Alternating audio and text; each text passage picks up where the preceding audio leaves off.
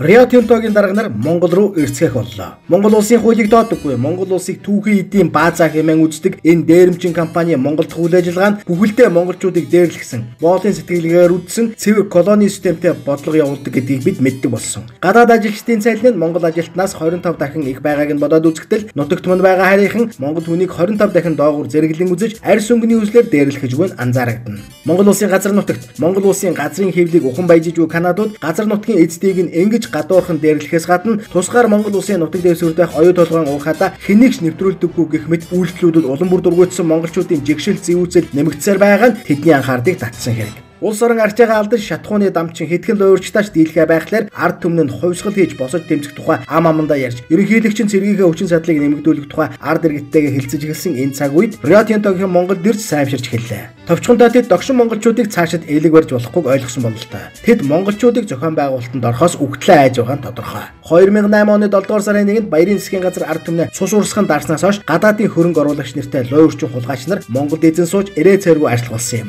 Оюу толгойн гэрээч энэ цус үйл явдлаар баталгаажин гарын үсэг зурагдсан. Чухам түүнээс хойш л гадныхан монголчууд биднийг яаж дээрлэж болно хэмээн боддог болсныг бид өнгөрсөн жилүүдэд харлаа. Харин одоо Рио Тинто болон гадаадын хөрөнгө оруулагчид бидний уур хилэнгээс болгоомжиж эхэлж байна. Бид зохион байгуулалттай, эв нэгдэлтэй байж чадаж гэмээр байдал бидний талд ашигтайгаар эргэж болохыг энэ үйл явдал харуулж байна. Монголчууд бид эвтэй үедээ хүчтэй байдгийг дэлхийн төв өгүүлнэ. Гадны луурчид Монголд минь цаашид дураараа дөргих ёсгүй.